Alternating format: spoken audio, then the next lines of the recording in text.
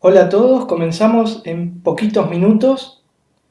Preparen auriculares y todas las preguntas que quieran hacer. En minutos comenzamos.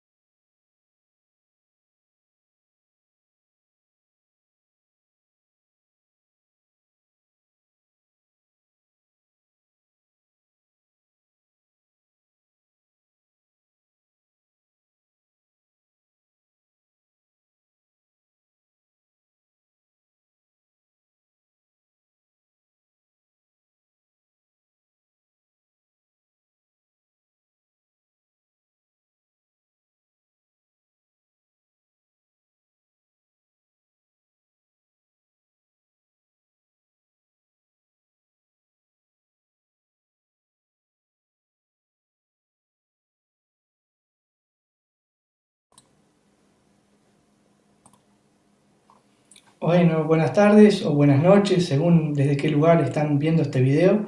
Les doy la bienvenida y vamos a comenzar con el primer video de Facebook Live en capacitación esencial para psicogenealogía evolutiva. Y quiero comentarles algo respecto a este proyecto, a esta idea, y brevemente decirles que muchas veces me han llegado correos o algunas personas en lugares, en algunas ciudades nos hemos encontrado y me han comentado que no siempre tienen la posibilidad de acercarse a los cursos o a veces a las conferencias o a los talleres en los que trabajamos con psicogenealogía evolutiva. Y parte de mi compromiso, por lo menos lo he sentido de esa forma hace mucho tiempo, es difundir esta herramienta y esta información que considero que es de mucho beneficio para quienes se acercan con la mente abierta y dispuesta y el corazón también, como para generarse un impacto positivo en sus vidas, en las de sus familias, en las del resto de las personas que les rodean. Y sentí entonces que era importante buscar alguna manera de poder llegar a todas esas personas que por distintos motivos, tiempo, recursos, disponibilidad, por sus horarios de trabajo, lo que fuere, no pueden acercarse en forma presencial a las actividades que a veces tengo la suerte de poder llevar a diferentes ciudades en varios países y que espero que sea cada día más. Y entonces después de pensar y ver de qué manera podía hacerlo, se me ocurrió aprovechar algo que a mí me encanta, que es la tecnología y las posibilidades que nos da hoy en día la tecnología de acercarnos de una manera virtual, pero de cualquier manera cercana y efectiva, para compartir, aunque sea los conceptos fundamentales de este tema, que creo que son los que abren de alguna manera la puerta para procesos internos más profundos o para que el interés de cada uno le lleve a buscar en los caminos en los que sienta, de alguna manera, ya sea leyendo, viendo vídeos en internet, asistiendo a cualquier tipo de cursos, seminarios, talleres míos o de cualquier otro colega.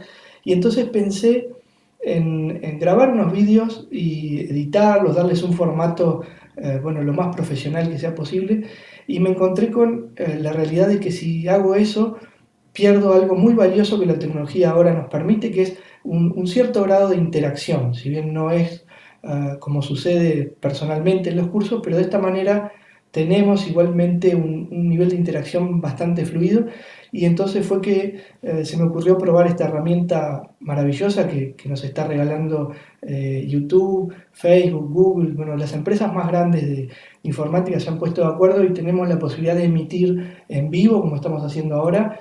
Así que adorné con alguna cosita, como van a ver, que hay algún efecto, alguna pequeña cuestión para darle un poquito de belleza también, de armonía, de aspecto mejorado, y entonces tenemos estos Facebook Live. Mi pretensión en esto es transmitir, aunque sea los conceptos más esenciales en psicogenealogía, pero debido a que podemos interactuar, yo les invito desde este primer vídeo a que en el mismo live de Facebook, en el muro, escriban las preguntas o los temas que les parecen interesantes o que les gustaría que yo pudiera abordar, y de esa manera en cada emisión, que así como esta ha sido un poquito sorpresa, porque la anuncié pocas horas antes de salir, van a tener la oportunidad de dejar sus inquietudes para que yo las tenga en cuenta y podamos de esa manera incluso interactuar y cubrir los temas que sean de su interés. Mi propósito es entonces dar unas generalidades al comienzo sobre diferentes tópicos que voy a ir eligiendo porque son relevantes, porque me parece que pueden ser los que más aporten, y después voy a seguir las inquietudes que ustedes tengan, porque eso es parte de mi compromiso de transmitir información útil, fresca y bueno, que sea realmente de provecho y de interés para que ustedes puedan avanzar en su camino, y todo lo que yo les pueda aportar en ese sentido va a ser una bendición para mí, es un honor poder transmitir eso, y realmente me siento muy feliz de poder aprovechar este formato y tener esta oportunidad.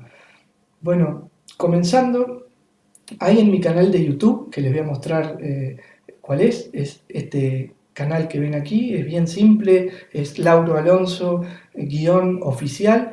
En ese canal de YouTube ya hay otros vídeos que ustedes pueden aprovechar para interiorizarse o introducirse en el tema.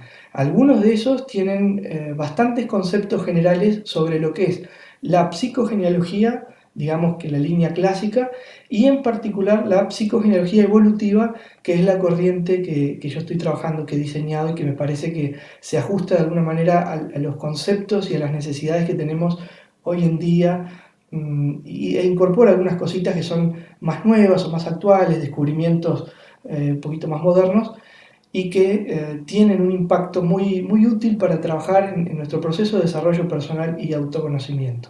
A fin de cuentas, creo que lo que todos queremos es ser un poco más felices cada día, tener más vitalidad, más disponibilidad, encontrar inspiración, ser más eficaces en lo que hacemos, poder sentir mayor libertad, poder expresarnos cada vez mejor y encontrar en los demás esa belleza, esa cosa linda que todos tenemos y que a veces por diferentes programas inconscientes nos cuesta conectar, ¿no? O empezamos a tener dificultades en lo laboral o en las relaciones, en los vínculos, y son generalmente esos desafíos producto de aspectos no resueltos en nuestro inconsciente. Digamos que a medida que lo interno está un poquito más trabajado, más equilibrado, más en paz, lo externo va reflejando eso y la vida es más simple y más feliz. Y creo que eso es algo que todos queremos y es algo en lo que la psicogenealogía nos puede ayudar, además de otras técnicas, de otras disciplinas, de otras herramientas. Esta es una herramienta muy eficaz, muy asertiva, muy rápida y al alcance de todos, por lo menos esa es la idea con estos vídeos, ponerla al alcance de todos de una manera simple. Les invito a partir de ahora, si quieren, ya ir escribiendo en mi muro de Facebook. Aquí les voy a mostrar cuál es la página. En esta página, en el muro, pueden ya ir escribiendo los tópicos o los temas que sean de interés. Yo desde ahora voy a ir desarrollando la introducción y después voy a ir hojeando, mirando un poquito. Como pueden ver, yo tengo aquí dos pantallas y en esta, aquí estoy viendo online lo que ustedes van escribiendo, así que voy a utilizarla lo mejor que pueda para cubrir las expectativas, tratar de que todos tengamos un encuentro virtual, pero muy cercano y bien, bien bonito. Bueno, psicogenealogía, como su nombre lo indica, es el estudio de la psique, es decir, del alma, del grupo de nuestro clan familiar, que eso viene a ser la genealogía. ¿Y por qué nos interesa estudiar lo que sucede a nivel de nuestra genealogía? Bueno, porque un tiempo atrás quizá nosotros creíamos que lo que nos pasaba estaba desconectado de esa historia, de la vivencia grupal de nuestra familia. Creíamos que éramos individuos mucho más independientes, mucho más libres de lo que la misma ciencia nos fue indicando.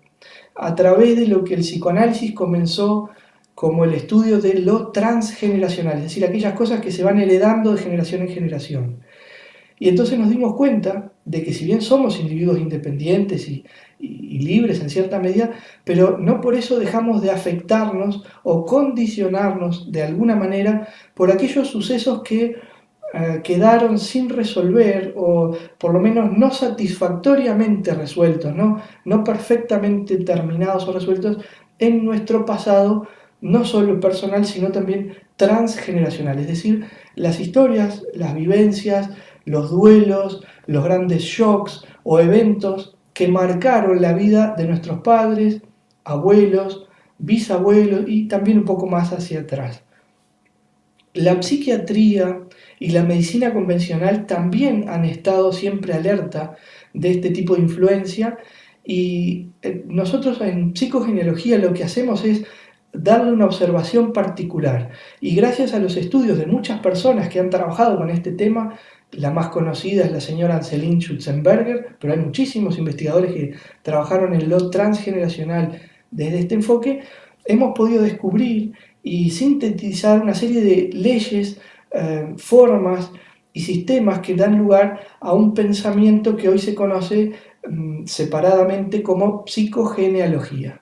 Ese pensamiento, esa forma de ver la historia del individuo vinculada a los sucesos familiares, nos da la llave para entender muchas cosas que nos pasan en el presente y que nosotros hasta hace un tiempo veíamos como incidentes fortuitos o casuales o derivados de la suerte o del destino, de tales cosas que en realidad son la suma de un montón de leyes que están actuando y que tienen que ver con darle forma o darle estabilidad a todo ese marco viviente que es lo inconsciente familiar. Nosotros formamos parte del sistema familiar y entonces lo que le pasa al sistema nos afecta.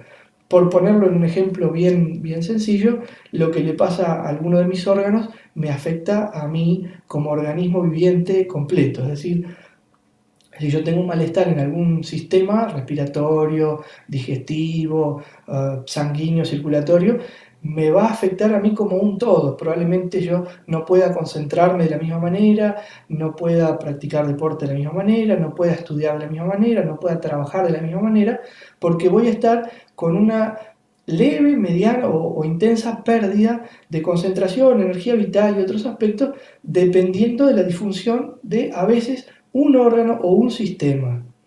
Entonces, cuando en la familia hay un evento muy fuerte o hay un shock o hay algo que no ha quedado satisfactoriamente resuelto o una persona que ha sido excluida o hay algún evento fuerte, importante, todo el sistema se amolda y a veces algunos miembros ocupan el lugar de la persona que no está o se hacen cargo del conflicto que se viene transfiriendo desde sus antepasados. Y esto por supuesto que es sin darse cuenta, de una manera inconsciente.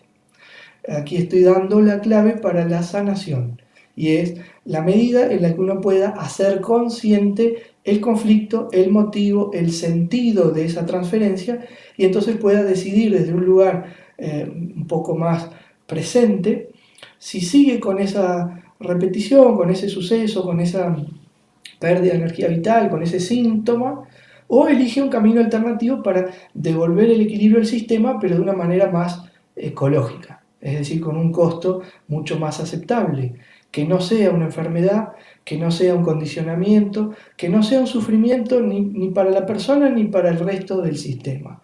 Es decir, una manera, podríamos decirlo así, energéticamente más económica, una manera más inteligente. Pero yo para elaborar un plan más inteligente, más económico o más ecológico, necesito conocer qué sucede y qué sentido tiene que suceda. Y eso es lo que hace la psicogenealogía a través del estudio de esa alma de grupo que es el sistema familiar.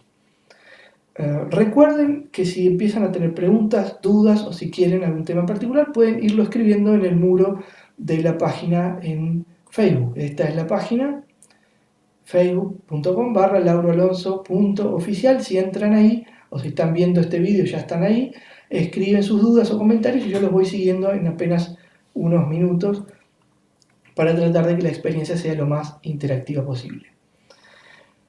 ¿Cómo nos damos cuenta de que estamos siendo influidos en algún aspecto físico, mental, emocional, espiritual, vincular, laboral o de pareja. ¿Cómo nos damos cuenta que estamos siendo influidos por asuntos no resueltos en nuestra genealogía? ¿Cómo puedo saber que vale la pena para mí estudiar esto y tomar un camino para corregir o rectificar algún tema que esté pendiente en mi genealogía? Bueno, la respuesta es muy simple, es muy fácil y son tres palabras, es por el síntoma. O sea, me doy cuenta porque tengo un síntoma. ¿Qué síntoma? Me doy cuenta porque tengo poca energía vital, me doy cuenta porque tengo una enfermedad, sobre todo aquellas que la medicina llama congénitas, o sea, hereditaria, o que han tenido mis padres, o han tenido mis abuelos, o que está presente en mi genealogía. Si yo tengo una enfermedad congénita, si tengo poco tono vital sin demasiado sentido, es decir, mi vida está normal, yo me alimento bien, descanso bien, tengo una actividad razonable y siento que mi energía vital no logra activarse, no logra reponerse, nunca tengo vitalidad para realizar las tareas que otras personas realizan sin problema. En ese sentido, eso lo entiendo como un síntoma que me alerta de que es posible que haya algún nudo en lo transgeneracional por una dolencia o enfermedad, especialmente las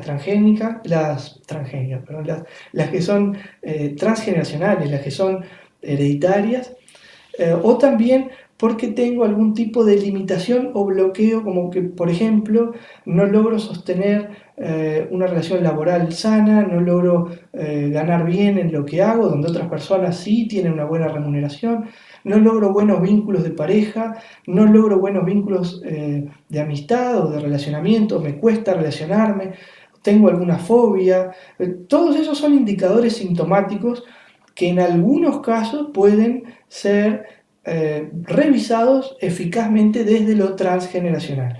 Por supuesto que esto siempre sin prejuicio y sin obviar los caminos tradicionales, o sea, nuestro trabajo con lo transgeneracional nunca descarta, nunca se contrapone o nunca pretende modificar los tratamientos clásicos de medicina, de psiquiatría en particular, de psicoanálisis. Nuestro trabajo es complementario, es decir, que la psicogenealogía lo que hace es aportar con herramientas novedosas, muy prácticas, muy rápidas, para el mejoramiento de la calidad de vida del paciente.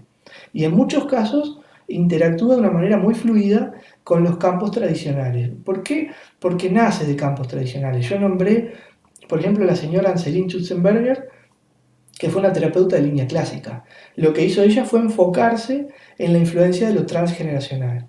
Hay muchísimas otras personas, porque estos son conceptos que ya revisaba María Torok, Abraham también, Levi Moreno, abordó esto en cuanto al nivel de terapia grupal y el impacto de lo que después se fue llamando psicodrama. Bueno, es una línea muy grande, Nagy, hay muchísimos investigadores que podríamos citar y que trabajaron con esto hace muchísimos años, aunque la psicogenealogía, como la conocemos hoy por hoy, sí de alguna manera nace a partir de los estudios o la sistematización que hizo la señora Schutzenberger y otros investigadores que vinieron tanto paralelamente como posteriormente a sus trabajos. ¿Cuál es uno de los mecanismos que utilizamos para entender si un conflicto, o sea, como dije recién, un síntoma, viene de lo transgeneracional o posiblemente no? Bueno, el primer síntoma, el más claro, el más evidente o el que más en general le gusta a la gente tomar, es el hecho de que proviene de una repetición. O sea, el síntoma o la experiencia, lo que a mí me está pasando, viene de algo que ya sucedió en mi clan familiar, de algo que ya le sucedió a mis padres, a veces a mis abuelos, o a mis bisabuelos, o a mis otros antepasados. Es una cosa, digamos así, conocida a nivel familiar. Es una cosa que ya ha ocurrido, algo que viene pasando. Voy a utilizar el gerundio a propósito, es algo que viene pasando. Es decir, que ha sucedido y se nota que otra vez vuelve a aparecer. Se llama, ese mecanismo, es un mecanismo bastante intenso, se llama repetición. Y cuando aflora la repetición, es cuando nosotros nos damos cuenta de que hay algo raro, porque lo que nos está sucediendo, la limitación que tenemos, la dolencia, el bloqueo, el condicionamiento, el sufrimiento que estamos sintiendo, es conocido en el sistema y entonces decimos, ¿por qué me pasa de nuevo esto a mí? O ¿por qué me pasa a mí lo mismo que a mamá o a papá o a los abuelos, a alguno de los abuelos, o a algún tío abuelo, o a alguien más en la familia? Y cuando hay una repetición, sabemos dos cosas. La primera es que este asunto, sin duda, es algo no resuelto a nivel transgeneracional. O sea, nos llega la ficha de algo que ya pasó en la familia y que no se ha podido resolver satisfactoriamente y se nos da la oportunidad a nosotros. Eso es lo primero. Y lo segundo es que no tendría demasiado sentido, que es lo que a veces a muchas personas les pasa, pelearnos con el síntoma, ir a combatir como si fuera una anestesia que quiero para no sufrir o para no verlo o para no meterme en ese... No tiene sentido hacer eso porque ya estoy involucrado en el ciclo de repetición. O sea que si no encuentro la semilla, difícilmente lo pueda resolver de fondo. Digamos, si a mí me duele el pie, y yo en lugar de investigar de dónde viene el dolor de mi pie, tomo una aspirina, tomo un analgésico, cuando se pase el efecto analgésico, me va a volver el dolor de pie y quizá más intensamente, porque no estoy resolviendo el conflicto que le da lugar, sino que estoy evitando tomar contacto con el núcleo. Esa evitación no hay que considerarla ni cobardía, ni estupidez, ni falta de voluntad, sino que muchas veces el inconsciente percibe que esa semilla puede llegar a ser tan dolorosa o tan intensa que prefiere correr la mirada a un lado. En esos casos lo que hay que hacer es trabajar en el empoderamiento personal de una fortaleza tal que me permita ir a buscar la semilla sin deshacerme emocionalmente. O sea, trabajar primero en la fortaleza tal que yo pueda ir a buscar ese conflicto en el entendido de que estoy trabajando para el bienestar personal o individual y colectivo y sin involucrarme desde el ego, desde el yo, sin vivirlo como una cosa que me sucede a mí, que no tiene remedio, que es injusta, sino ir desde un ángulo reparador. Para eso se necesita el trabajo en conciencia, ir desde mi conciencia y ver lo que sucede como quien mira una película y encontrarle una resolución favorable. Cuando hay repetición, para mucha gente, si no conoce esto, si no está involucrada en este tipo de técnicas, y no es solo psicogenealogía la que trabaja con este concepto, pero si no está empapado de este concepto, la persona lo vive como una especie de extraña maldición sin sentido. Es como que al abuelo le robaron muchas veces en su vida, a mi padre le robaban y a mí me roban ahora. Y entonces, ¿qué pasa? ¿Por qué tenemos esta maldición familiar? Bueno, no es una maldición familiar, hay que ir a buscar qué sucedió antes que el sistema está repitiendo esa experiencia. Y cuando se encuentra, normalmente la experiencia deja de repetirse porque ya no tendría sentido, es decir, se logró la comprensión consciente del objetivo de esa repetición. Vuelvo a decir que hay repeticiones biológicas, o sea, de enfermedades o de características físicas, tanto potenciales como pérdidas de funcionalidades.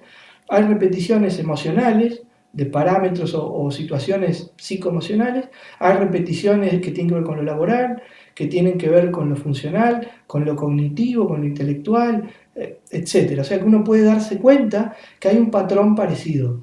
Es como si viéramos que la historia se repite a veces con otros actores o con un escenario modificado hasta cierto punto, pero con el mismo guión. Es como si con una pequeña adaptación del guión.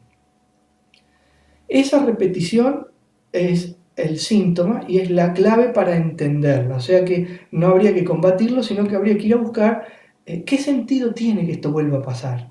¿Qué fue lo que no se hizo antes que yo podría cambiar ahora? Hay que tener en cuenta esa famosa frase que le atribuyen a Albert Einstein, que dice, si realizas la misma acción vas a obtener el mismo resultado. Bueno, las repeticiones son siempre producto de que no se pudo hacer otra cosa. Una persona sufrió un abuso, un descendiente sufre un abuso, otro descendiente sufre un abuso hasta que alguien hace algo diferente y, por ejemplo, pide ayuda o logra defenderse, o recurre a un tercero para intermediar, o logra escapar, o logra empoderarse y de alguna manera bloquear la situación. Y casi siempre en las repeticiones lo que se nota es una leve disminución del impacto. O sea que, por ejemplo, en ese ejemplo que acabo de armar, el primer abuso es muy intenso, el segundo es un poco más controlado, un poco más leve, el tercero es un poco más leve o quizá simbólico y después ya de a poquito tiende a desaparecer. Pasa que muchas veces en esa cadena de repeticiones hay mucho dolor o mucho sufrimiento, que es algo que ninguno de nosotros quiere en su vida y tampoco lo queremos para nuestros descendientes, y entonces necesitamos ocuparnos del origen del conflicto para asegurarnos de que eso no se transmita.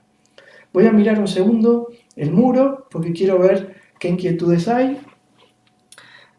Vale pregunta, ¿qué técnicas se utilizan en psicogenealogía evolutiva para ayudar a la persona a tomar conciencia?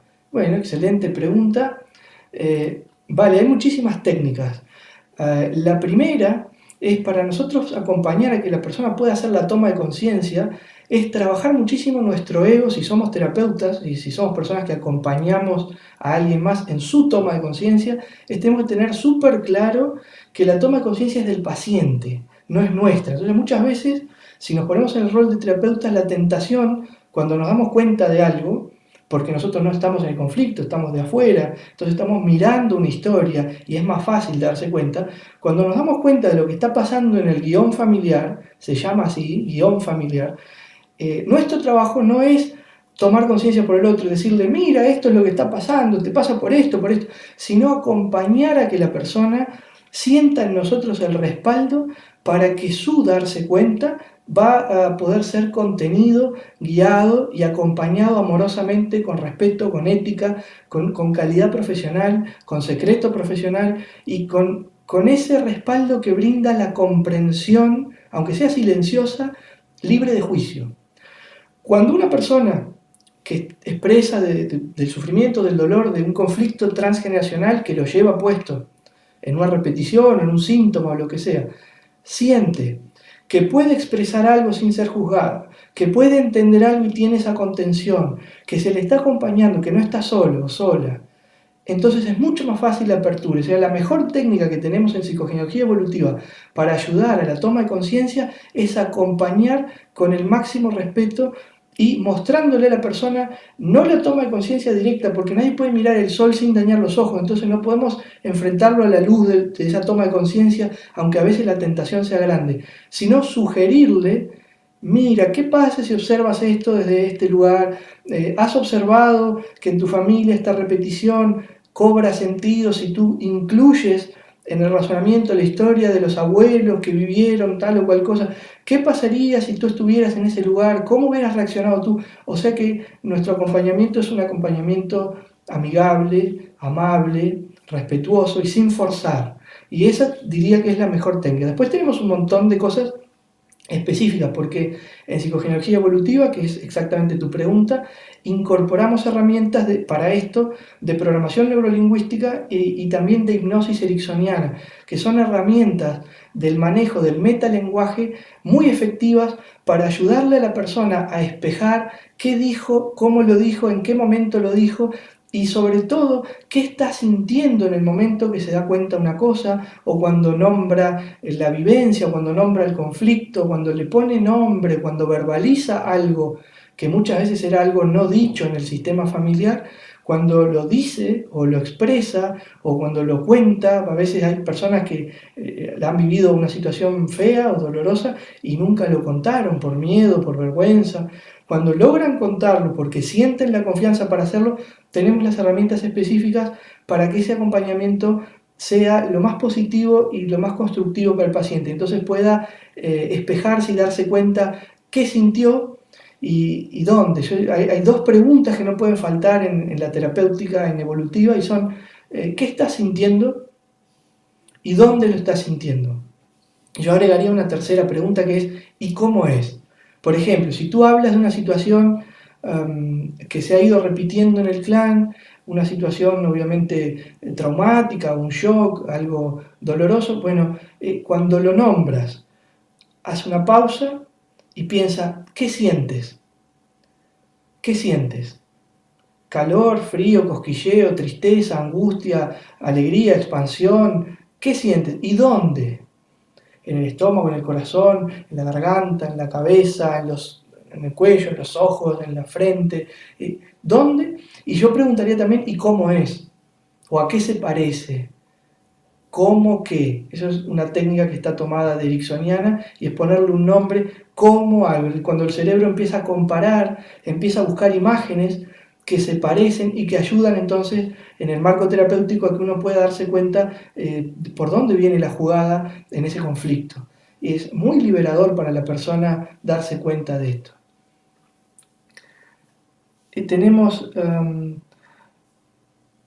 Agustina dice, me sigo cuestionando qué tan libres somos en nuestras elecciones de vida, o si estamos condicionados por nuestra historia familiar y demás.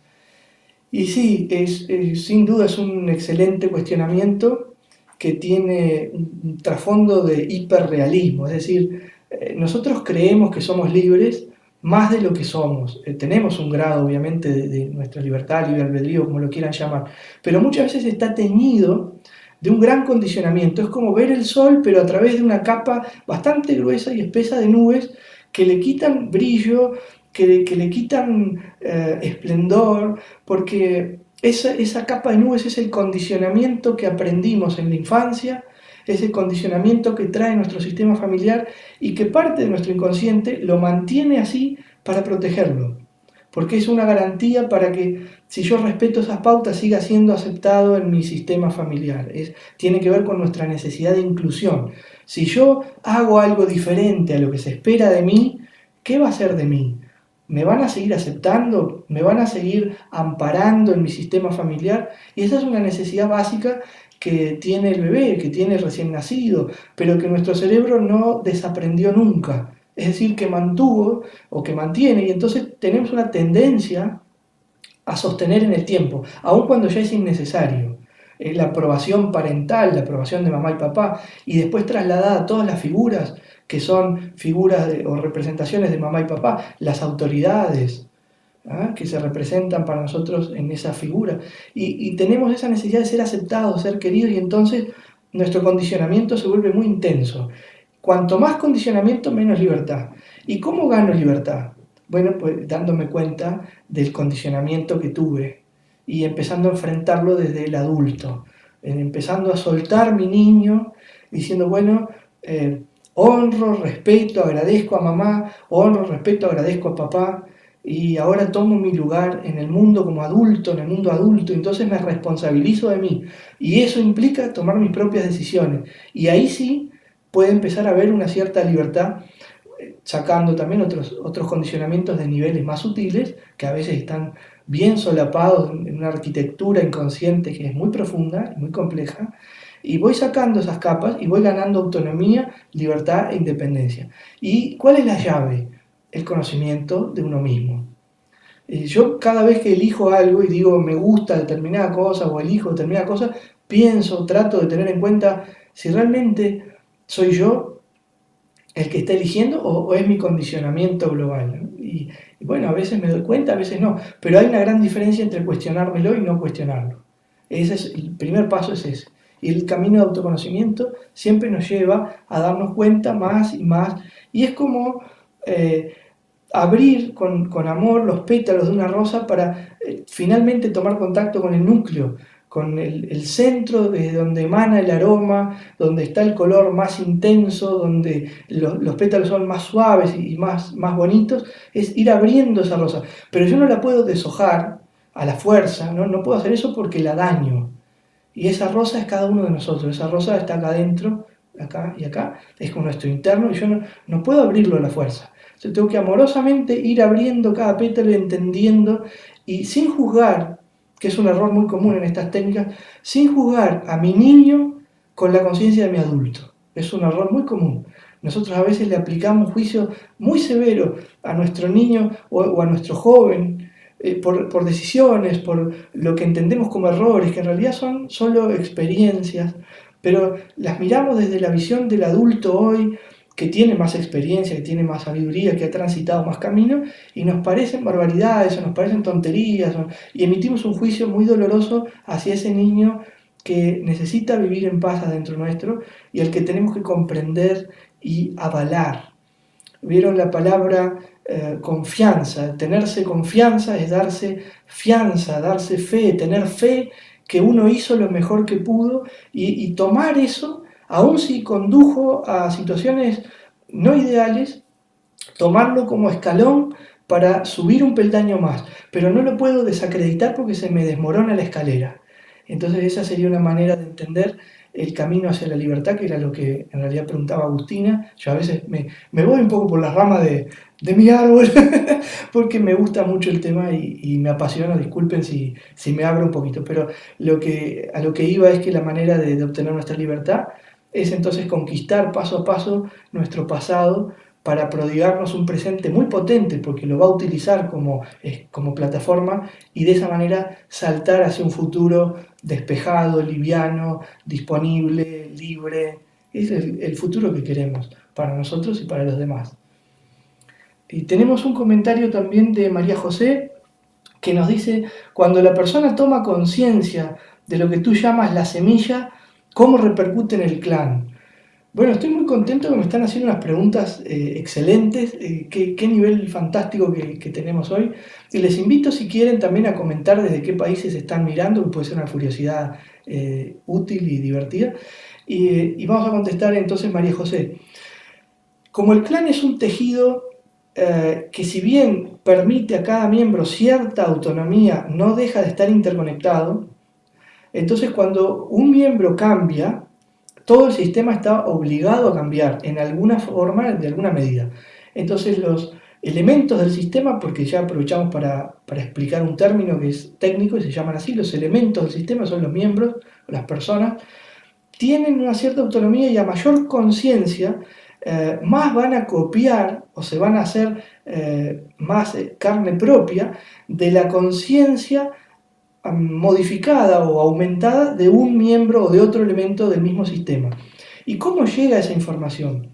Bueno, a veces llega en forma directa, porque a veces uno se da cuenta cosas y va y le cuenta a un hermano, va y lo habla con mamá, lo habla con papá, lo habla con un abuelo, si tiene la suerte de tener los bisabuelos, va y le cuenta, o en una reunión familiar se nota porque uno ha mostrado una actitud distinta o va con una predisposición o con una apertura diferente y el sistema familiar se empapa de eso a través de actitudes, gestos, palabras diferentes, o sea que es una cosa que sucede de forma más o menos automática y directa. Y a veces es una cosa que se copia a través de lo inconsciente colectivo. Es decir, todo el sistema está conectado a través de lo inconsciente colectivo, que es un concepto desarrollado por Carl Jung, el famoso discípulo de Freud. Freud habló mucho de lo inconsciente personal, o sea, de mi parte inconsciente a la que normalmente no puedo acceder, por lo menos no en su totalidad. Y ahí están guardados desde mis recuerdos de la infancia, intrauterinos y muchas otras cosas más. Y ese inconsciente mío personal está conectado al colectivo, que tiene diferentes, digamos, círculos de pertenencia. Los más cercanos son mi familia, mis amigos, mis compañeros, mi sociedad, y así voy hacia lo más grande. Quizá el círculo mayor sea el de todos los seres vivos, y entonces en mi familia estoy conectado con todos a través del inconsciente colectivo familiar. Cuando yo actualizo mi inconsciente, el inconsciente familiar tiene una pequeña actualización. Las personas que están más cerca de ese nivel de conciencia prácticamente lo toman por un principio que podríamos decir por ósmosis. Es como que se contagian de esa nueva vibración en lo inconsciente y saltan a esa nueva potencialidad. Hay muchísimos estudios científicos hechos en base a esto, pueden investigar en internet. Para empezar a investigar, por ejemplo, podrían entrar en Google y buscar el famoso experimento tan comentado, el que llaman el mono número 100. Y de ahí para arriba y para abajo van a encontrar un montón de información de cómo cuando un miembro de un sistema adquiere determinadas habilidades, los miembros de los microsistemas a su alrededor empiezan a ir hacia esa misma habilidad, y una vez que una cierta masa crítica de sujetos de la misma especie adquieren la habilidad, la especie entera tiende a ir hacia esa habilidad. Eso explica también el descubrimiento simultáneo a nivel de la humanidad de algunos inventos o de algunas cositas que surgieron a la luz, por ejemplo el rayo láser, que fue descubierto por lo menos en dos lugares prácticamente al mismo tiempo, o sea, dos científicos en diferentes ciudades al mismo tiempo casi se dieron cuenta de la lógica que permitía lo que hoy día conocemos como el rayo láser. Por él ganó la patente quien tuvo el sello de oficina de correo más temprano, ¿no? La fecha más temprana fue el que ganó la patente. Pero llamo a entender qué curioso que dos mentes casi al unísono llegaron al mismo descubrimiento. Y eso no es la única vez que sucedió. Ha pasado siempre en la historia humana. Y si nos pusiéramos a revisar con esa apertura, probablemente nos iríamos a dar cuenta de que seguimos funcionando como un colectivo, pero todavía no somos todos conscientes plenamente de eso. Y el colectivo, a medida que es más pequeño, es más intenso. Entonces el colectivo familiar es mucho más fuerte que el colectivo humano, o que el colectivo latinoamericano, o que el colectivo anglosajón, o que el colectivo europeo, etc. Cuando hay una actualización en un miembro, automáticamente el sistema se empieza a moldar. Quiero hacer un pequeño comentario que no está de menos. No siempre el sistema digamos, reacciona positivamente al cambio, porque a veces son sistemas reticentes al cambio. Siempre la opción del cambio implica riesgo. La naturaleza cambia constantemente, pero el humano, que está dentro del circuito de la naturaleza, es bastante reticente a veces al cambio porque tiene miedo en cuanto a lo no previsto, lo no previsible. ¿Qué va a pasar si cambio? ¿Qué puedo ganar y perder? A lo mejor me va bien, pero quizá pierda. Entonces, suele haber una reticencia al cambio. Esa reticencia al cambio se expresa como temor.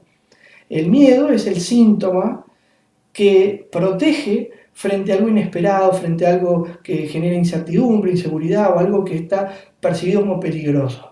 Y muchas personas, el temor les dispara agresividad, les dispara una actitud de defensa o de protección, que es a veces el rechazo, la crítica o el enojo. Entonces, a veces, cuando un miembro del sistema cambia, algunos miembros del sistema reaccionan con enojo.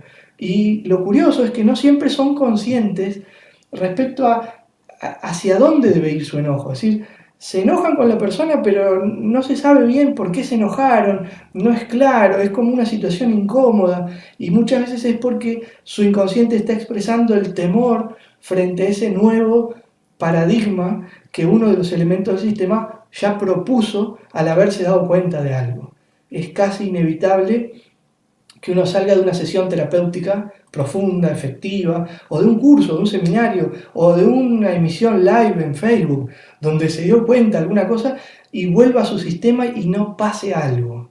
Y si todo fluye con armonía, si el sistema está disponible para incorporar la novedad, entonces ese algo va a ser algo suave, algo armónico, algo positivo. Y si el sistema está reticente o lo percibe como un peligro, como una amenaza, a veces esa reacción no va a ser tan pacífica. Voy a revisar ahora de nuevo. Gaby dice, qué lindo como explica. Bueno, muchas gracias, Gaby. Me alegro que las explicaciones lleguen desde un lugar prolijo, por lo menos. Vale desde Chile, nos vemos la próxima semana. Bueno, que pase muy bien. Hay algunas consultas más, voy a actualizar la página. Les voy comentando mientras otros mecanismos que también suceden en la transmisión transgeneracional. Uno que acompaña la repetición de forma muy cercana, muy pegado a la repetición, es el mecanismo de proyección. El mecanismo de proyección es cuando nosotros ponemos en otros aspectos que son internos. Y eso se da muchas veces en el ámbito terapéutico y los psicólogos lo conocerán y lo trabajan en su ambiente con un nombre diferente que tiene que ver la proyección con lo que es la identificación y con unos fenómenos que suceden en la consulta llamados transferencia y contratransferencia, donde el paciente pone algunas cosas en el terapeuta y el terapeuta corre el riesgo también de ponerlas en el paciente. Y yo le voy a hablar con términos de psicogenealogía y voy a hablar de la proyección. Y muchas veces nuestro psiquismo hace que algunas cuestiones que nosotros vivimos con papá o con mamá o con un hermano, las pongamos afuera en personas que tienen cierta similaridad o ciertas similitudes frente a nuestros ojos. Por ejemplo, lo que nosotros vivimos con papá, generalmente vamos a quererlo poner en las figuras de autoridad, en el gobierno, en el presidente, en un jefe y a veces también en un maestro, en un educador, en un docente y a veces también en un terapeuta. Entonces nosotros vamos a esperar lo mismo que esperábamos de papá, y si papá no cumplió con nuestras expectativas, y no estoy hablando de que sea bueno o mal padre, porque el juicio no va en esto, sino estoy hablando si para nosotros hubo cosas que no nos dio, que no nos entregó, que no colmaron nuestra expectativa, entonces probablemente vamos a proyectar esos anhelos, esas frustraciones, esos deseos en las figuras paternas representadas ante nosotros por un docente, un terapeuta, el presidente, el gobierno, etcétera, etcétera, figuras masculinas de autoridad. Lo mismo va a pasar con nuestra experiencia materna. Si con mamá quedaron cosas pendientes, que sentimos que no nos dio suficiente cuidado, suficiente amparo, suficiente cariño, mimos, atenciones, probablemente le vamos a pedir a todas las figuras femeninas donde podemos ir a poner esa proyección, lo mismo, y a veces de una manera desmedida. Y en las proyecciones van a encontrar la fuente de los conflictos de relacionamiento y de vínculo. En las proyecciones sucede que, por ejemplo, la mujer normalmente pone en su pareja, si es un hombre, la proyección de lo ideal y de lo que quería de papá. Y los hombres tenemos que tener cuidado de que no nos pase, porque también es la tendencia de poner, si tenemos una pareja mujer, en nuestra pareja lo que quedó pendiente con mamá. Y se imaginan lo agobiante que puede ser para una persona recibir la demanda de nuestra pareja, la demanda de lo que no vivió con alguno de sus progenitores o de sus padres. Es imposible además colmarlo, porque por más que nosotros le demos amor, cariño, atención, cuidado o contención o lo que fuere, nunca ese alimento va a cubrir el hambre original de la persona con una figura proyectada. O sea, si tu pareja te demanda o tú le demandas a tu pareja lo que no te dio tu papá o tu mamá, por más que tú o tu pareja se den un montón de cosas, nunca va a cubrir la necesidad original porque es con mamá o con papá y eso no se puede reemplazar.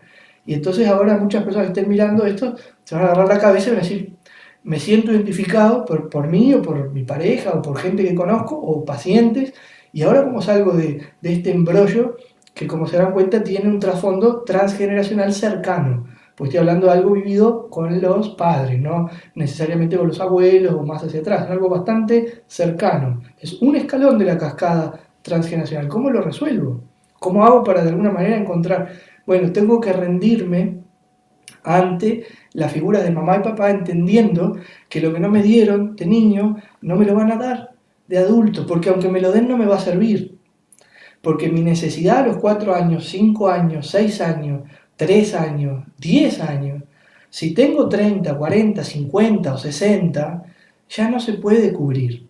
Entonces tengo que aceptar que papá es como es, o fue como fue, mamá también, aceptar lo que me dieron, en palabras de Bert Hellinger, el creador de las constelaciones familiares, lo más valioso que me dieron y que yo no tengo forma ni de agradecerlo ni de devolverlo, es la posibilidad de haber nacido en esta vida. Entonces tengo que agradecer por lo menos eso. Yo sé que hay vínculos parentales que son muy difíciles, son vínculos o personas particulares, convivencias muy fuertes, pero por lo menos tengo que entender que sin ellos yo no estaría vivo, y si aprecio mi vida, entonces tengo que entender solo eso, aunque sea esa pieza, solo ese fragmento, tomar en mí esa vida, y lo único que puedo hacer, además de rendir esa expectativa infantil de que me den lo que no me dieron porque ya no me sirve, rendir eso y tomar la vida. Y cuando yo tomo la vida, sucede una de las maravillas, uno de los milagros más lindos en estos caminos. ¿Y saben qué es? Es que florezco, florece la persona, florecemos.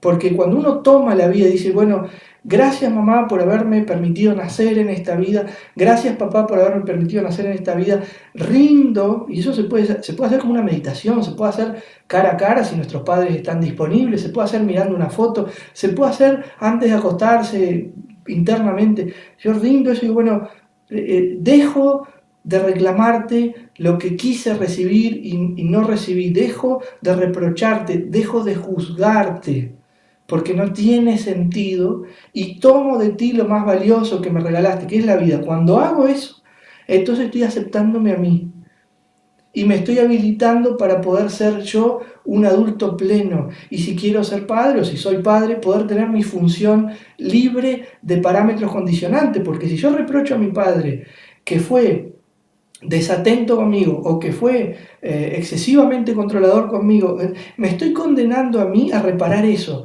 Entonces me estoy obligando a ser un padre de determinada manera. Imagínense que ahí ya no hay libertad. Y aunque yo elija un camino que creo bueno para mis hijos, ya no soy un padre libre. Mis hijos ya no tendrían un padre pleno, tendrían un padre respondiendo a un condicionamiento anterior. Fíjense el daño que es a veces por nuestro dolor, ¿no? Es decir, lo que a mí me dolió, yo quiero cambiarlo para la generación que viene después, y lo único que hago al hacer eso es transmitir otro tipo de dolor. Porque si yo tuve un padre ausente, quizá voy a ser un padre agobiante. Y mis hijos van a tener que trabajar con esto para liberarse de eso, y por ahí van a ser otra vez ausentes. Y mis nietos y bisnietos van otra vez. No tiene sentido perpetuar esa cadena de falta de entendimiento, pero al fondo es falta de amor. Es falta del respeto, es decir, lo único que yo puedo tomar de mis padres es la vida, y lo único que puedo hacer con eso es vivirla. Pero para poderla vivir tengo que ser dueño, y para adueñarme no puedo estar juzgando, criticando, porque ahí estoy perdiendo cheques de esa cuenta. Cada vez que yo juzgo a mis padres estoy firmando un cheque y estoy perdiendo energía de mi vitalidad. ¿Por qué? Porque estoy rompiendo lo que Hellinger llamó los órdenes del amor. Estoy rompiendo el orden de jerarquía. Si yo juzgo a mis padres, me estoy poniendo por encima de ellos, como si fuera un abuelo. Los estoy juzgando, y ahí rompo mi lugar. Y es un desorden. Y el desorden en ese sentido es el que daña. Es bastante simple. Yo quisiera, ojalá lo que transmito tenga el poder de llegar con la simpleza que esto tiene, con la sencillez que esto tiene, porque realmente la psicogenealogía no requiere una inteligencia avanzada, no es requisito una memoria descomunal, no es una lógica compleja, es la simpleza de entender los principios básicos de la vida que lamentablemente no nos enseñan en nuestros primeros años a veces, o no viene un manual de instrucciones que podamos leer, es experiencia. Pero si ya existe, ¿por qué no tomarla y hacer con eso algo bueno para nosotros y para todos los demás, ¿no? Tengo en Facebook, algunos agradecimientos, muchas gracias. Mercedes dice, me pasó, le pedí a mi pareja cosas que no me había dado mi mamá, por suerte me di cuenta. Bueno, genial, no sé Mercedes qué pasó con esa pareja, pero cuando nos damos cuenta, y lo sé porque a mí también me ha pasado, y cuido de que no me esté pasando cada vez que puedo, cuando nos pasa eso, generalmente la pareja cambia, evoluciona, se libera, se genera mayor confianza, el vínculo se potencia, la pareja gana frescura, es como que hubiera una actualización de software y empieza a funcionar mejor. Y ahí nos damos cuenta que hicimos algo bien y cómo eso impacta en todos los círculos. Tenemos, Agustina dice, ¿qué tan cierto? No, esta ya la había leído. Bueno, hay algunos mensajes que se van en la línea de tiempo. Voy a tratar de ver si los puedo leer igual. Si alguien quiere ir comentando alguna cosa más. Mientras, ya nos queda poquito tiempo, pero para ir redondeando, me gustaría esclarecer entonces uno de los mecanismos más importantes para sanar, es comprender. Comprender no es juzgar, no es criticar, no es ajusticiar, y muchas veces no requiere hacer nada más. Muchas veces no necesita ir a un lugar donde tenga que hacer determinada cosa para que eso se impregne. Es acá y acá adentro. Y fíjense una curiosidad, bien interesante. Para ser consecuentes nosotros tenemos que actuar, tenemos que hacer conforme con lo que sentimos, y está bueno también que podamos pensar en línea con eso. Es decir, que lo ideal es que haya una coherencia o una sincronía entre lo que pensamos, entre lo que sentimos y entre lo que llegamos a obrar o a hacer. Y me gusta darme cuenta que no es casual, sino causal, que lo que conecta esto con esto es esto. Y eso es aquello que soy capaz de expresar. Es decir, el verbo, mi capacidad de expresar, ya sea porque escribo, por un gesto o por el habla, está uniendo estos circuitos. Entonces cuando hay orden en mí, puedo hacer conforme a lo que siento y es conforme a lo que creo o pienso. Pero para eso yo tengo que saber de dónde viene aquello que pienso, por qué siento lo que siento y para qué hago lo que hago. Cuando encuentro la coherencia con esa línea, entonces mi vida se equilibra y repara automáticamente los dolores del pasado, pues ya no tienen lugar para expresarse. Espero que esta exposición les haya gustado. Este es el video número 1. Yo voy a tratar de conectarme lo más seguido que pueda para seguir emitiendo más o menos regularmente otros encuentros como este. Espero que sean muchísimos los que podamos compartir. Les agradezco a todas las personas que se pudieron conectar ahora mismo y que han estado en línea. Y también a las personas que van a ver esto después, que queda grabado, lo voy a subir a mi canal de YouTube, que es este que ven ahora en pantalla. Si quieren pueden suscribirse con el botoncito rojo. Mi canal es Lauro Alonso-oficial. En ese canal voy a ir subiendo todos los vídeos, o sea que si se pierden alguno no hay problema, los van a poder mirar y los numeré para que sean consecutivos. Y también voy a anunciar por mi Facebook las emisiones futuras de próximos lives, eventos como este. Tienen el botoncito para dar me gusta y para seguir, de esa manera no van a perder en ningún momento de la notificación y nos encontramos entonces cuando la sincronicidad lo disponga. Muchísimas gracias por escuchar hasta aquí, hemos compartido una hora más y deseo de corazón que sea para su mayor bien y para todas aquellas personas con las que puedan entrar en contacto con esta información que pertenece a la humanidad. Muchas gracias, les dejo un beso, nos vemos pronto.